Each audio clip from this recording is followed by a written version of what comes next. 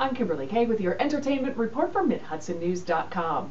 Obviously, marriage counseling didn't work for Kate and Jon Gosselin, but a court is ordering Kate Gosselin to pay a marriage therapist who treated them more than $10,000. The therapist says she flew to Los Angeles at Kate Gosselin's request to counsel her and her then husband in March 2009. The therapist sued last year after Kate Gosselin didn't pay for her services or the travel. Gosselin testified last week that she never had a contract with the therapist. People magazine is reporting that former Alaska Governor Sarah Palin's son has married. The magazine says 22-year-old Track Palin married 21-year-old Britta Hansen, his high school sweetheart, recently in a small ceremony in Hatcher Pass, not far from the Palins' hometown in Wasilla.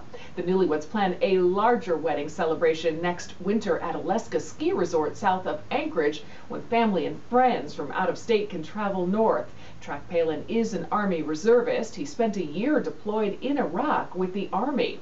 After the commercial fishing season, he plans to take courses at the University of Alaska. Hansen is at the University of Alaska studying nursing.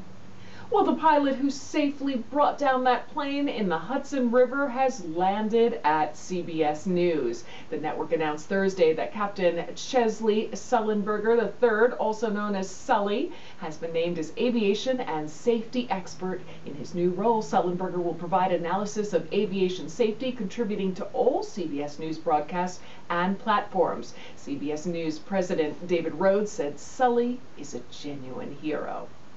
Well, South Park, of course, is spoofing Arnold Schwarzenegger having a love child with a member of his household staff. The boys are in the cafeteria, and one of the kids tells the other about what he thinks is the plot of the next Terminator movie. He says, the Terminator secretly had a kid 10 years ago, meaning Terminator could be his own father. He goes on to say that Skeletor gets angry and wants to fight him. The boy is set straight that it wasn't the trailer for Terminator 5, but something that really happened. But then the boy shouts, "It's real! That's not Skeletor!" I don't even know if I'm saying that right. It's Terminator's wife! It freaks him out, and that Skeletor's a lady. I have no idea what any of that means, but that's what South Park is doing next, and I'm sure you South Park fans are going to love it. Well, Johnny Depp wouldn't mind doing more sequels to Pirates of the Caribbean, and he knows just where they should take place. At Disneyland, where the idea for the franchise came from in the first place. He says the sequel should take place on the Pirates of the Caribbean ride, going in circles. Depp says he could see himself playing Captain Jack well into his old age. He says they could wheel him onto the set in his wheelchair with his dreadlocks getting caught in the spokes. He says the possibilities are just endless. Pirates of the Caribbean on Stranger Tides opened on Friday. Jennifer Aniston has won Spike TV's Decade of Hotness Award. Aniston will be honored at the Guys' Choice Awards on June 10th. A network executive says that Aniston is a woman that they just can't get enough of. She's expected to accept her award in person. In local entertainment news, renowned guitarist Frank Vignola will be at the Tustin Theater on May 28th.